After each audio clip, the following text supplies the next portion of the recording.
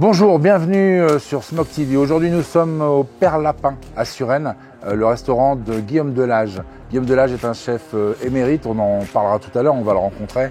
Il nous parlera de sa cuisine. Vous voyez d'ores et déjà qu'il a intégré le barbecue à son restaurant. On a déjà ici une belle bête. Je vous propose de rentrer dans le restaurant et nous faire accueillir par Guillaume.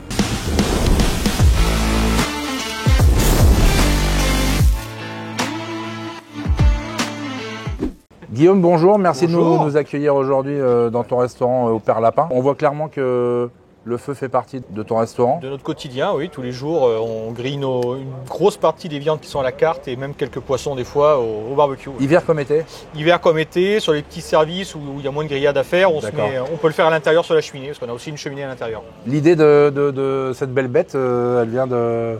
C'est en regardant un petit peu ce qui se passait sur Internet, sur les sites spécialisés dans les barbecues. Je trouvais que l'objet était beau et puis correspondait bien au lieu. Ça s'appelle un braai, c'est ça? Ouais, c'est un braai sud-africain. Ouais. Ok. L'objet est assez sympa, il est surnommé Dark Vador. Donc, Dark Vador. Voilà. Et tu le reçois, comment t'es livré d'un truc pareil?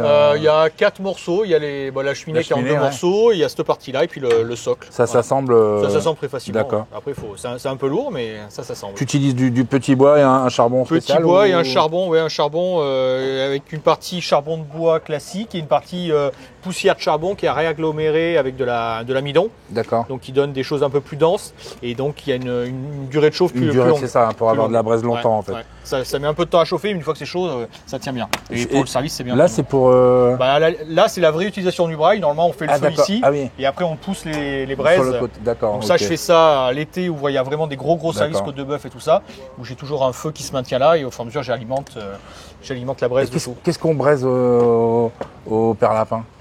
Alors qu'est-ce qu'on braise? On braise bien sûr les côtes de bœuf, là on a les magrets de canard, on a les filets de caille qu'on fait aussi en entrée, qu'on fait vraiment en mise en place et après on met à mariner avec une sauce sous vide une fois qu'ils sont grillés. On fait du poulpe à la saison, on fait côte de veau en ce moment, un peu de poitrine de cochon ou d'échine de cochon quand on en fait, ça dépend des cartes. Et on fait un riz de veau.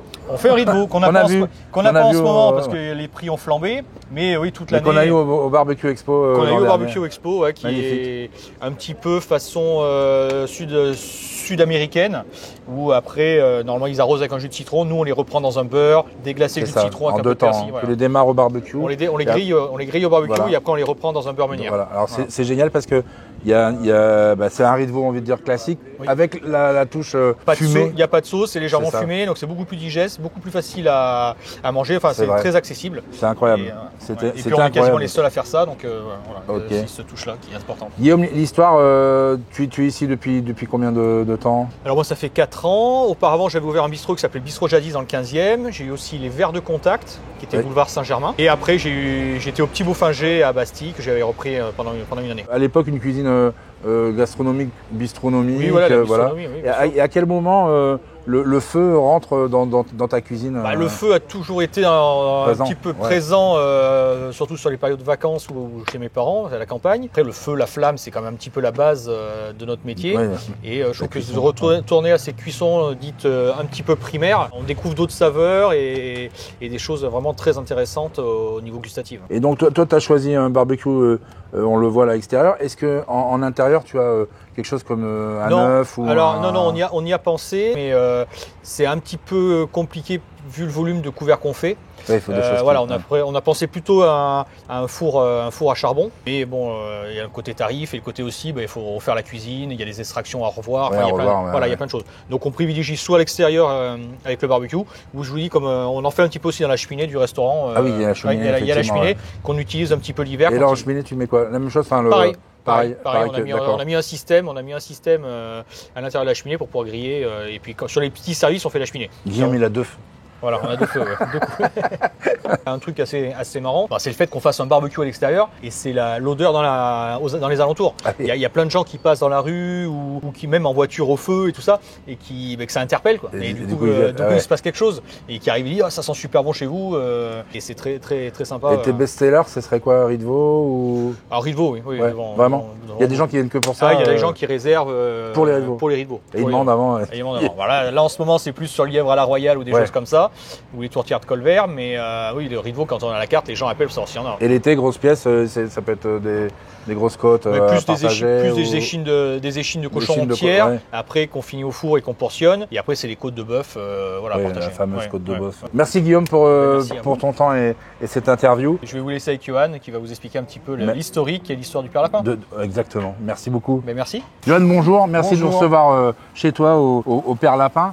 Donc toi tu étais le premier, j'ai envie de dire, présent sur le lieu. Voilà, ça fait maintenant 16 ans. 16 ans, ouais. 16 ans qu'on est au Père Lapin, enfin que je suis au Père Lapin, et associé à Guillaume depuis 4 ans. Depuis 4 ans, ouais. Voilà, on a été chercher les compétences et le génie de Guillaume en cuisine. Et l'histoire, tu étais restaurateur déjà ou... J'étais restaurateur, j'étais en cuisine avant, ah oui, mais pas avec le talent de Guillaume, donc moi je suis passé de l'autre côté de la force, je suis passé en salle, ouais. Parce que j'aime beaucoup aussi le contact client et le rapport au vin, qui est très important. Tu me le vends, je te voyais refaire la nouvelle carte. La nouvelle carte, ouais. Exactement, ouais, qui est un gros point d'orgue ici, parce qu'on a une très très belle carte des vins avec plus de 200 références. Et est-ce que toi, à l'époque, avant l'arrivée de Guillaume, il y avait la braise, il y avait le feu? Et non, ça c'est Guillaume qui a amené le feu. C'est Guillaume qui a ramené le feu. A mis le feu. C'est le confinement surtout.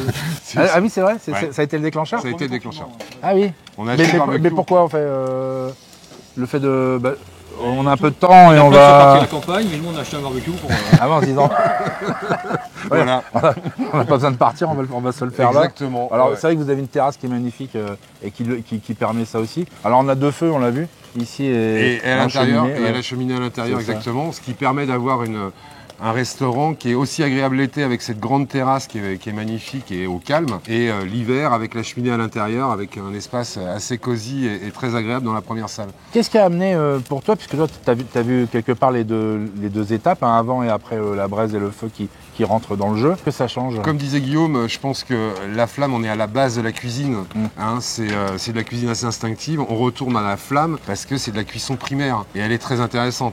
Au terme d'aromatique, évidemment, parce qu'on va chercher des arômes qu'on n'aurait pas normalement. Sur une cuisson normale. Puis aujourd'hui, en région parisienne, on est dans les seuls à travailler avec un barbecue extérieur toute l'année. Les gens aiment ça, enfin, je pense que le barbecue, c'est quelque chose de convivial. Les gens adorent. Alors, Johan, le petit lapin, le Père Lapin. Le Père Lapin. On va le refaire.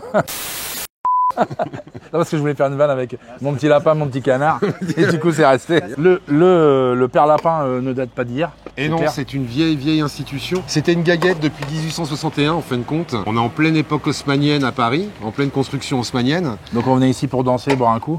Exactement, c'était une guinguette et surtout on venait boire du vin. Qui était moins cher. Il y avait des taxes à Paris, donc on s'arrêtait en banlieue, c'est pour ça qu'il y avait des guinguettes tout autour de Paris. Et le Père Lapin, en fin de compte, ce nom vient des mineurs qu'on a été chercher pour la construction du fort du Mont-Valérien. Ils creusaient des galeries, donc des hommes qui creusent des galeries deviennent des lapins. Ah oui, comme des lapins, pardon. Voilà, et ils venaient se rincer le gosier comme ici. un terrier, d'accord. C'est ça. Donc c'est une vieille histoire en fait, et ça fait partie de l'histoire de Paris et de Suresnes. Et de Suresnes, exactement. On est vraiment une institution à Suresnes et on défend ces valeurs-là, évidemment. On veut garder ce restaurant dans son jus et dans l'air du temps, dans évidemment, mais dans cette convivialité qu'on veut autour de la cuisine de Guillaume. C'est important pour nous. Merci à vous deux pour ce temps passé avec nous et puis cet échange. Et je vous dis à bientôt. Merci à toi.